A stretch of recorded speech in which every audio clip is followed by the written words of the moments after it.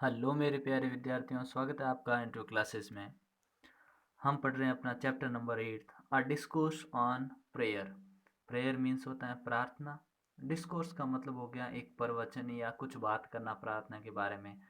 और इसमें एम के गांधी, मोहनदास करमचंद गांधी प्रार्थना के बारे में कुछ बातचीत कर रहे हैं। ठीक है, तो ये प्रार्थना पर एक प्रवचन कह सकते हैं। ये है जो हम पढ़ेंगे।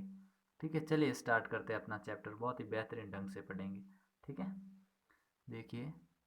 आई एम ग्लैड, मैं बहुत खुश हूँ, that you all want me to speak to you on the meaning of and the necessity of for prayer. Gandhi ji कहते हैं कि मैं बहुत खुश हूँ कि आप सभी मुझसे बात करना चाहते हैं मीनिंग ऑफ, मतलब पर, किसके मतलब, और नेसेसिटी आवश्यकता की, क्या अर्थ होता है, क्या आवश्यकता होती है प्रार्थना की, इस पे बात करना चाहते हैं। तो मैं बहुत खुश हूँ, ये गांधी जी कह रहे हैं। I believe that prayer is the very soul and essence of religion, and therefore prayer must be the very core of the life of man. Gandhi ji कहते हैं कि आई बिलीव, मेरा विश्वास है, मानना है, that prayer is the very soul, कि प्रार्थना जो है वो धर्म, एसेंस ऑफ रिलीजन, धर्म का एसेंस है, महत्व है, सार है, तत्व है, और आत्मा का भी विशेष अंग है। वेरी वेरी सोल एसेंस है, बहुत ही जरूरी है। आत्मा और धर्म दोनों के लिए सार तत्व है। And therefore prayer must be the very core of the life of man, और प्रार्थना ही है जो मनुष्य के जीवन का मूल आधार है और महत्वपूर्ण भाग है। For no man can live without, कोई भी आदमी जीवित नहीं रह सकता विदाउट रिलीजन, धर्म के बिना कोई आदमी जीवित नहीं रह सकता। देर देर आर सम, यहाँ पे कुछ लोग होते हैं, हु इन द एगोटिज्म, जो कि ईगोटिज्म, इन अहमवाद में, खुद के घमंड में, ऐसा अहंकार में कह सकते हैं, क्या कह सकते हैं, ऑफ देयर रिलीजन डिक्लेयर, अपना धर्म डिक्लेयर कर देते हैं, that they have nothing to do with religion, कि उनका धर्म से कोई लेना देना नहीं है। अपने अहंकार घमंड में बोल देते हैं कि धर्म से उनका कोई लेना देना नहीं है। बट लेकिन it is like a man, ये बिल्कुल ऐसे आदमी जैसा है, सेइंग, जो कहता है, दैट ही ब्रेथ्स, वो सांस तो लेता है, but that he has no nose, उसका नाक नहीं है। कहने का मतलब, कोई आदमी ये कहता है कि धर्म से उसका कोई लेना देना नहीं है, तो वो आदमी वैसे ही बोल रहा है जैसे एक आदमी कहता है मैं सांस लेता हूँ पर मेरे नाक नहीं है।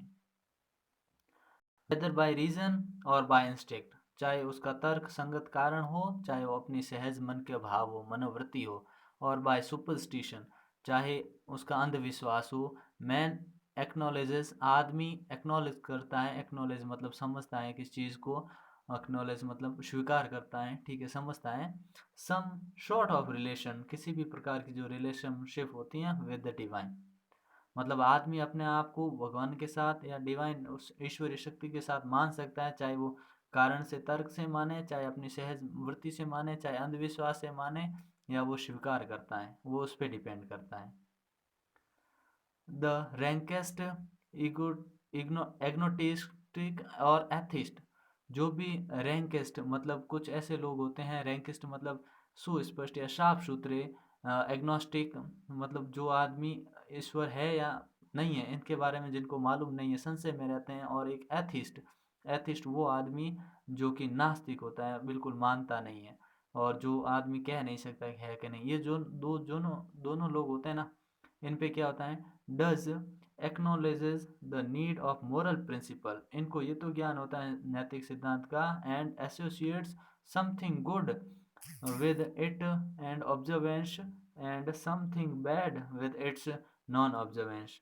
ये आदमी जो भी होते हैं सब उनको नैतिक सिद्धांत की आवश्यकता को तो ये स्वीकारते हैं, लेकिन इसके अनुपालन से, किसी अच्छी बात को या उसके अनुपालन नहीं करने से, है ना, जो भी बुरी चीज़ हो सकती है उसको, उसकी बात को भी ये संबंधित कर देते हैं। ठीक है, ये गांधी जी कह रहे हैं। नेक्स्ट क्या बोल रहे हैं Gandhi ji, now I came to the next thing, अब मैं अगली बात पे आता हूँ। क्या कहते हैं, विज, विज का मतलब उदाहरण के तौर पर, that prayer is the very core of man's life, कि जो प्रेयर है, प्रार्थना, ये आदमी के जीवन का वेरी कोर है, मतलब जीवन का मूल आधार है, वास्तविक मूल है, जड़ है। As it is the most vital part of religion, और ये धर्म का भी महत्वपूर्ण विशेष भाग है। प्रेयर इज इधर पिटिशनल, ये प्रार्थना एक पिटिशनल याचिका हो सकती है, और इन इट्स वाइडर सेंस, और ये विस्तृत रूप में इज इनवर्ड कम्युनियन, ये आंतरिक संपर्क भी हो सकती है। कम्युनियन मतलब एक दूसरे को जो विचारों का आदान प्रदान होता है ना, संपर्क, वो।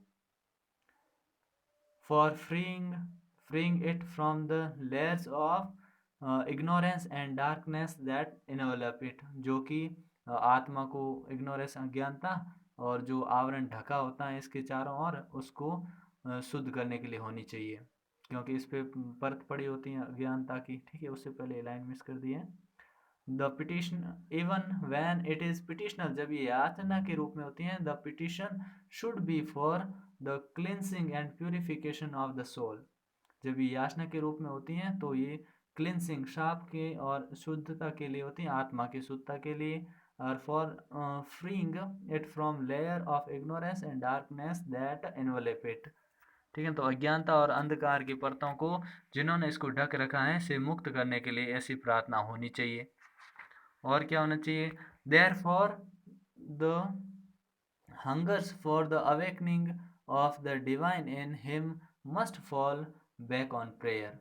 और आदमी जो अपने अंदर लालसा रखता है, प्रार्थना करता है, तो वो उसके लिए डिवाइन, देवीय जो शक्ति होती है उसमें must fall back on prayer, सिर्फ प्रार्थना पर ही निर्भर करती हैं। बट प्रेयर, लेकिन प्रार्थना इज नो मियर एक्सरसाइज, ये केवल मियर इन केवल एक्सरसाइज ही नहीं है, किसकी? शब्दों की, वर्ड्स और ऑफ द ईयर्स, केवल कानों और शब्दों की एक्सरसाइज ही नहीं है। It is no mere repetition of empty formula, केवल इम्पटी फॉर्मूला मतलब केवल मंत्र बोलते रहो, ये भी प्रार्थना नहीं होती है। Any amount of repetition of Rama Rama Rama is futile, जितने भी रामा रामा ऐसे शब्द बोलने से ही मात्र नहीं होता, जब करने से ही कोई फर्क नहीं पड़ता। इफ इट फेल्स, यदि ये असफल हो जाते हैं, तो स्टीर द सोल, ये यदि स्टीर इन आत्मा को झकझोर करने में या स्टीर उद्वेलित करने में सफल नहीं हो पाती, तो इसका कोई मतलब नहीं है।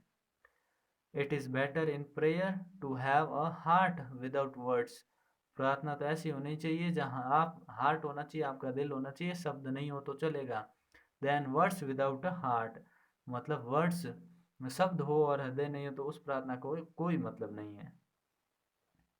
And I am giving you a bit of my experience, मैं आपको यहाँ अपना अनुभव बताता हूँ, and that of my companions when I शे, जब मैं अपने साथियों से कहता हूँ, that he who has experience the magic of prayer, जिन्होंने कि प्रार्थना के जादू को महसूस किया है। May do without food for days together, जो कि भोजन के बिना तो कई दिनों रह सकते थे, but no a single moment without prayer, लेकिन प्रार्थना के बिना एक क्षण भी नहीं रह सकते। For without prayer there is no inward peace, क्योंकि प्रार्थना के बिना कोई आंतरिक शांति उनको नहीं मिलती, किसी को भी नहीं मिलती। If that is the case, someone will say we should be offering our prayer every minute of our life. अब कहते हैं यदि ऐसी बात हो तो कोई भी ये भी कह देगा, समविल से कह देगा कि हमको है ना जीवन में प्रत्येक मिनट प्रार्थना करते रहना चाहिए।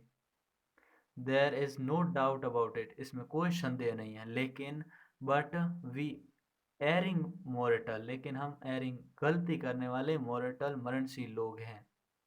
who find it difficult to retire within ourselves for inward communion even for a single moment।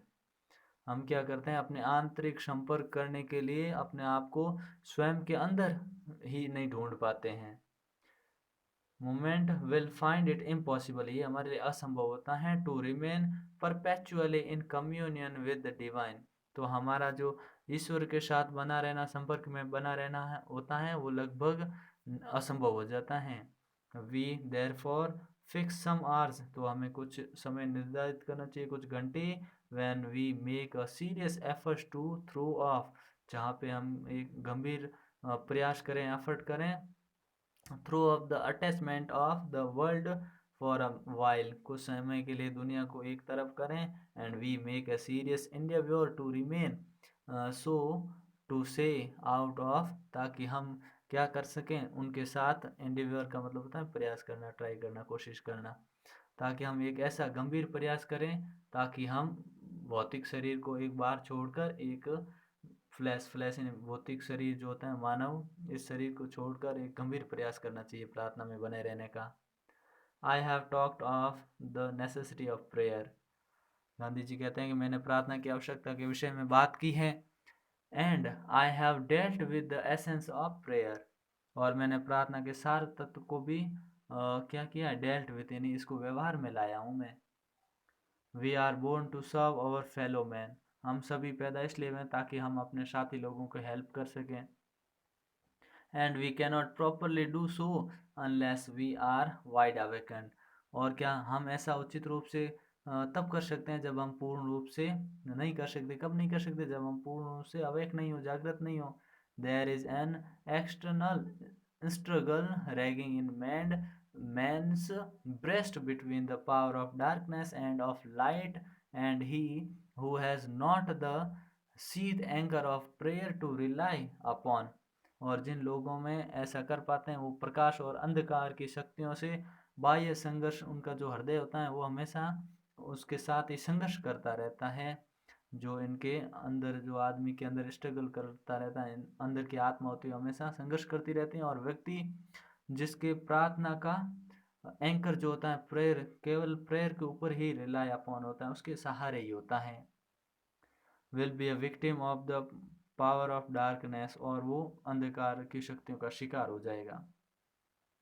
The man of prayer will be at peace with himself, और जो प्रार्थना करने वाला आदमी है वो खुद के साथ शांति में रहेगा। And with the whole world, और संपूर्ण संसार भी उसके साथ शांति में रहेगा। The man who goes about the affairs of the world, और जो आदमी वर्ल्ड्स अफेयर मतलब दुनिया के साथ जो सांसारिक जीवन व्यतीत करता है, without a prayerful heart, without a prayerful, जो प्रार्थना के बिना रहता है, will be miserable and will be make the world also miserable, वो दुनिया को खुद भी परेशान रहता है, दुखी रहता है, और दुनिया को भी वो दुखी करता है।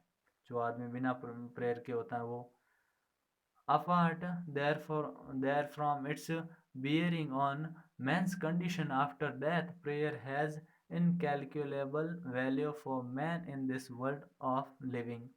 अब व्यक्ति का इसके ऊपर ये प्रभाव पड़ता है, अतिरिक्त प्रभाव ये होता है कि संसार में प्रार्थना के बाद, वो मरने के बाद भी मनुष्य के लिए अगणनीय मूल्य होते हैं और अत्यधिक इसका महत्व होता है। वी हम इमिटेट्स ऑफ द आश्रम who came here in search of the truth for the insistence of truth। Gandhi ji कहते हैं कि हम सभी जो लोग यहाँ पे हैं आश्रम में साथ साथ रहने वाले, सत्य की तलाश करने वाले और सत्य के आग्रह के लिए हम यहाँ आते हैं। Professed to believe in efficacy of prayer, और जो प्रार्थना की प्रभाव जो होता है, विश्वास करने की घोषणा होती है, वो करते हैं, बट लेकिन had never upon up to now made it a matter of vital concern, लेकिन हमने इसको इतना ध्यान या महत्व कभी नहीं बनाया कि हम इसको अभी तक उतना ध्यान नहीं देते हैं जितना कि अन्य मामलों में ध्यान देते हैं। ठीक है, vital concern.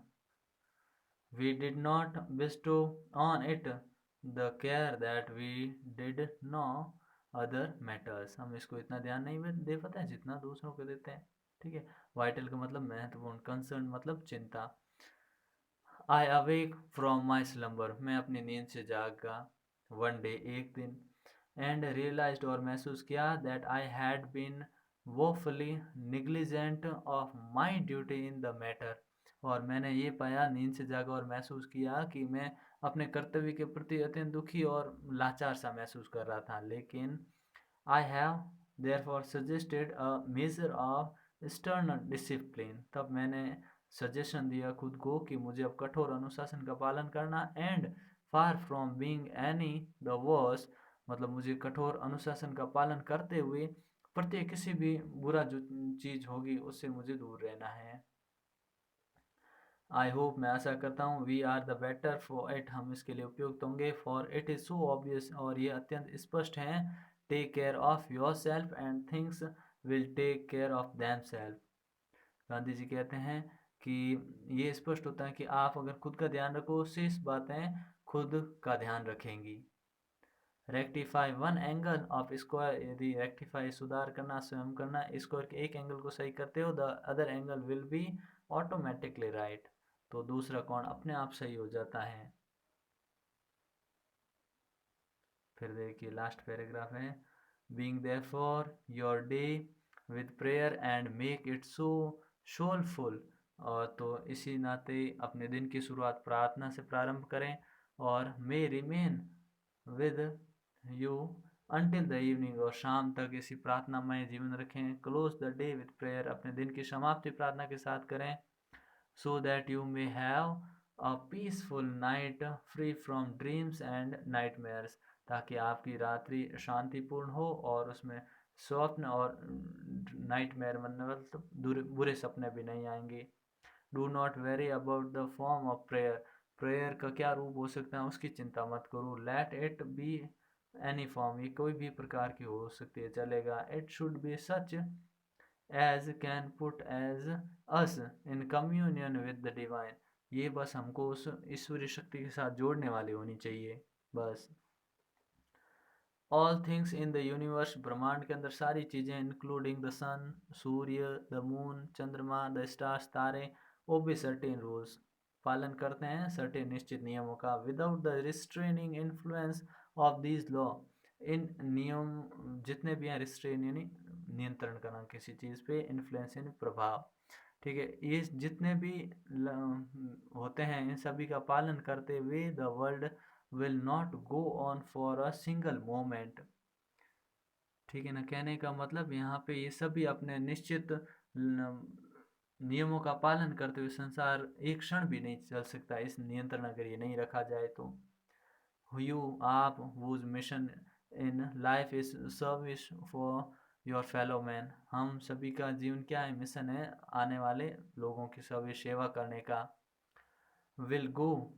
will go to pieces of, you do not impose on yourselves some sort of discipline, यदि आप स्वयं किसी प्रकार का अनुशासन नहीं रखोगे ना, तो prayer is a necessary spiritual discipline, तो प्रार्थना एक आवश्यक आध्यात्मिक अनुशासन हो सकती है, स्पिरिचुअल आध्यात्मिक अनुशासन।